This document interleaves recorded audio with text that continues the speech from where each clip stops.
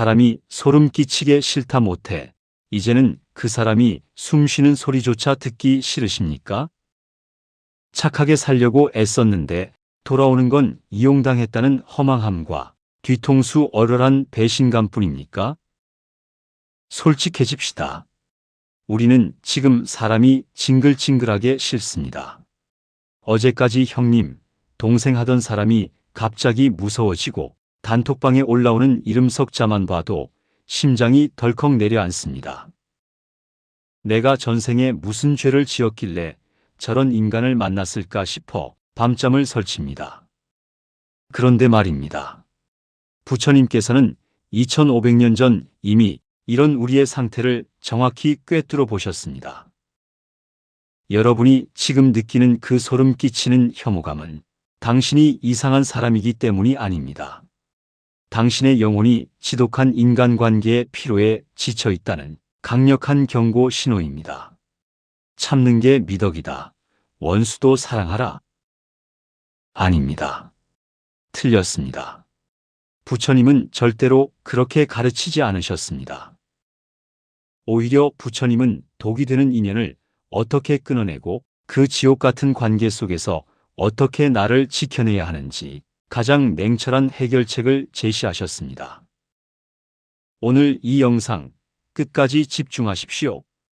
가슴속에 응어리진 그 사람에 대한 분노, 그리고 사람이 싫은 나에 대한 죄책감을 오늘 이 자리에서 씻어드리겠습니다.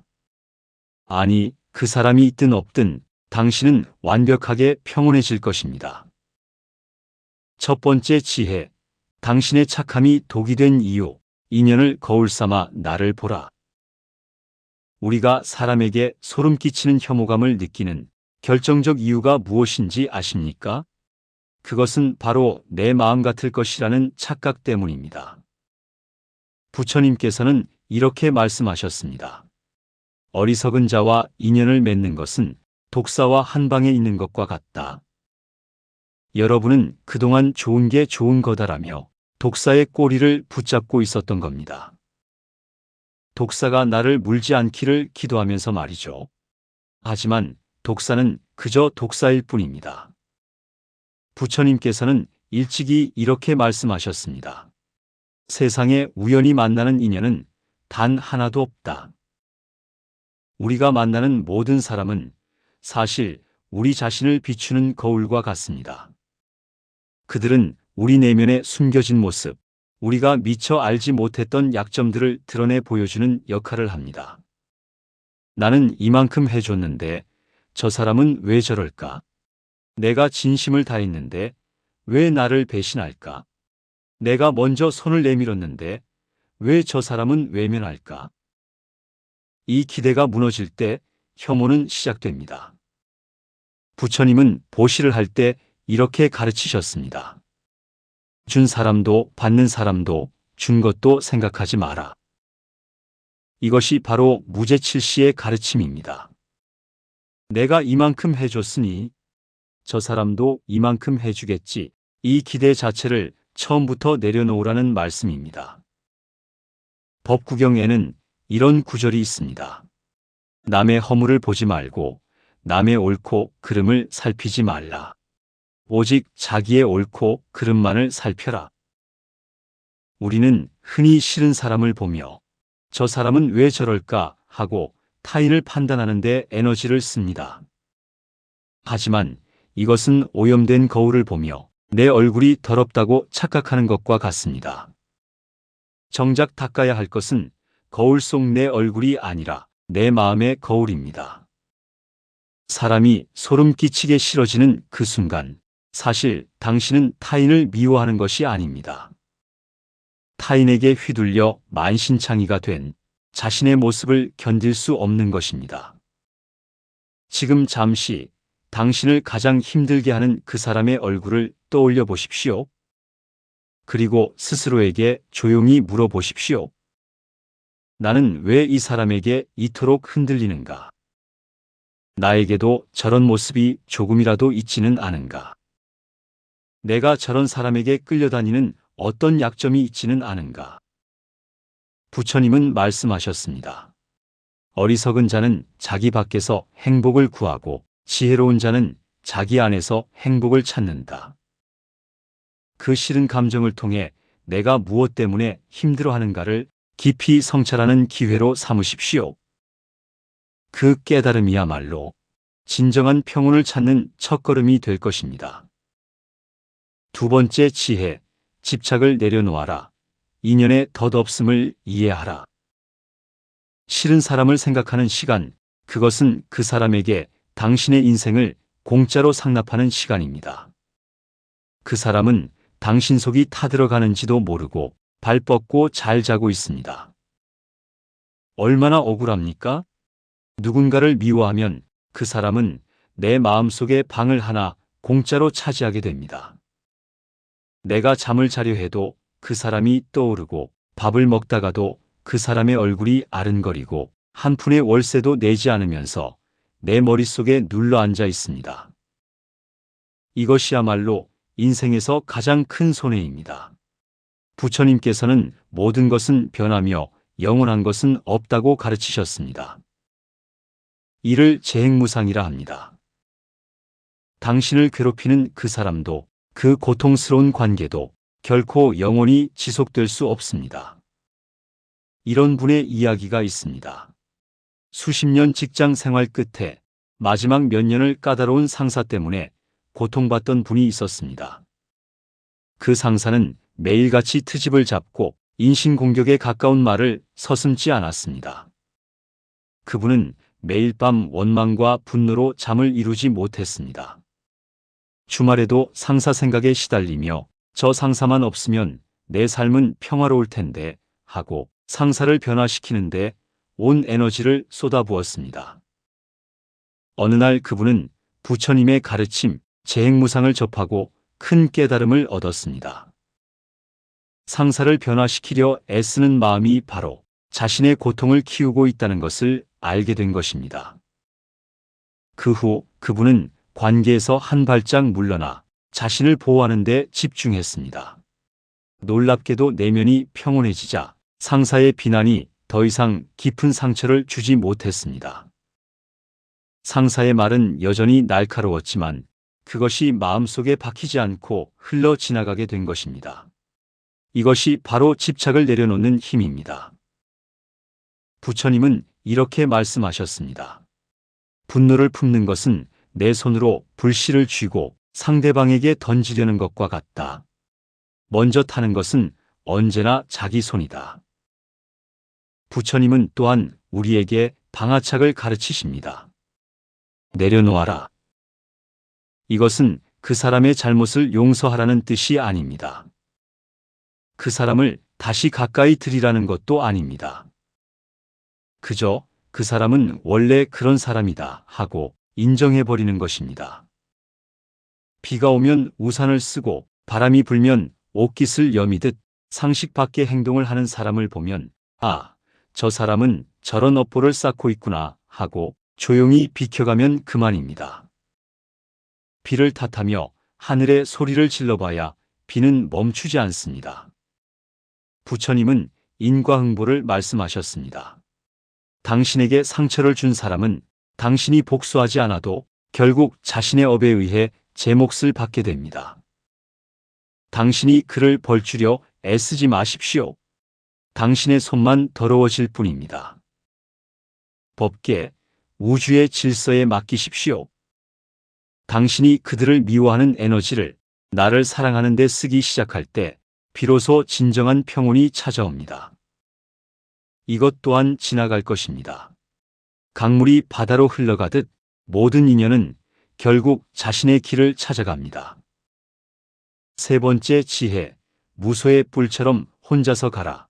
고요함 속에서 나를 만나라. 불교에서 말하는 혼자는 외로움이 아닙니다. 그것은 독립입니다. 사람이 소름 끼치게 싫다면 지금 즉시 그 인연을 마음에서 먼저 도려내야 합니다. 부처님께서는 수타니파타에서 이렇게 말씀하셨습니다. 소리에 놀라지 않는 사자처럼, 그물에 걸리지 않는 바람처럼, 흙탕물에 더럽혀지지 않는 연꽃처럼, 무소의 뿔처럼 혼자서 가라. 그리고 이렇게도 말씀하셨습니다. 지혜롭고 협조적인 동반자를 얻지 못했다면 차라리 왕국을 버린 왕처럼 숲속의 코끼리처럼 혼자서 가라. 어리석은 자와 동행하는 것보다 혼자 가는 것이 낫다. 여기서 말하는 단절은 무조건 연락을 끊으라는 것이 아닙니다. 내 마음의 우선순위에서 그 사람을 순위 밖으로 던져버리는 것입니다. 그래, 너는 찢어라. 나는 갈 길을 가겠다. 이 무심함이야말로 사람이 소름 끼치게 싫을 때 가질 수 있는 가장 강력한 무기입니다. 금강경에는 이런 구절이 있습니다. 응당 머무는 바 없이 그 마음을 내라. 어떤 대상에도 집착하지 않고 어떤 감정에도 묶이지 않는 초연한 마음 상태. 그것이 진정한 자유입니다. 인류 역사상 가장 위대한 깨달음은 어디서 탄생했습니까? 부처님께서는 수많은 추종자들 속에서가 아닌 보리수나무 아래 홀로 앉아 고요히 호흡하는 그 순간에 세상의 모든 진리를 깨달으셨습니다. 혼자 있는 시간은 낭비가 아닙니다. 내면을 청소하고 영혼을 정비하고 본래의 나를 다시 만나는 가장 거룩한 시간입니다. 조용히 눈을 감아 보십시오. 천천히 숨을 들이쉬고 천천히 내쉬면서 자신의 내면에 귀를 기울여 보십시오. 내가 진정으로 원하는 것은 무엇인가? 무엇이 나를 행복하게 만드는가? 나는 어떤 사람이 되고 싶은가? 시끄러운 사람들 속에서는 자신의 목소리를 들을 수 없습니다. 모든 소음이 사라진 고요한 곳에서야 비로소 내가 어디로 가야 하는지가 들리기 시작합니다. 매일 아침 단 5분이라도 좋습니다. 조용한 공간에서 오롯이 자신에게만 집중해 보십시오. 자연 속을 산책하거나 따뜻한 차 한 잔 마시며 사색에 잠기는 것도 좋습니다. 그 고요한 시간들을 통해 당신은 타인의 시선에서 벗어나 오롯이 당신 자신과 마주할 수 있습니다. 당신을 괴롭히는 사람이 사라진다고 해서 모든 문제가 마법처럼 해결되는 것이 아닙니다.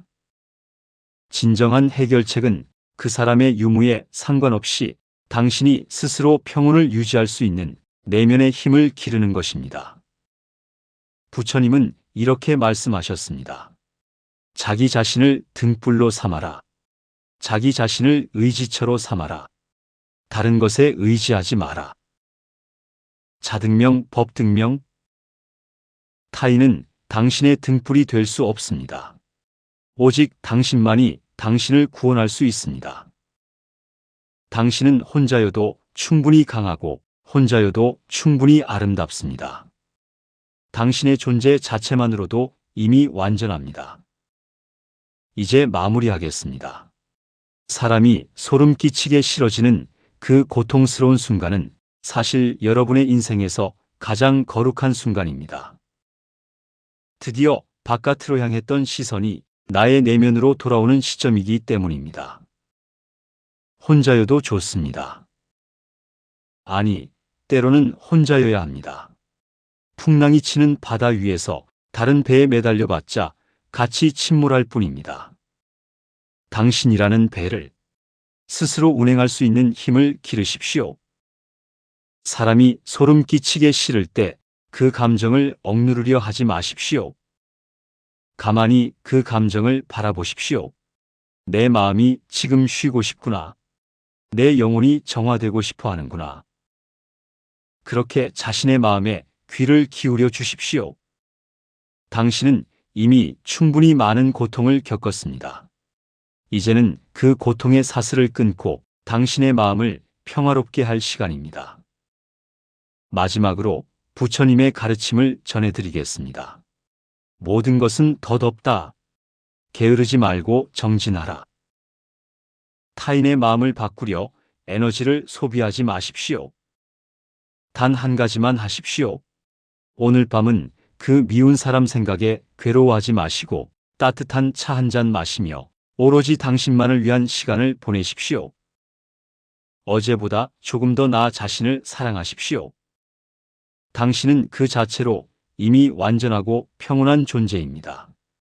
당신의 평온은 그 누구도 앗아갈 수 없습니다. 부처님의 자비로운 가르침이 당신의 마음에 항상 함께하기를 진심으로 축원합니다. 오늘도 당신의 마음이 평안하기를 기원합니다. 나무 아미타불 관세음보살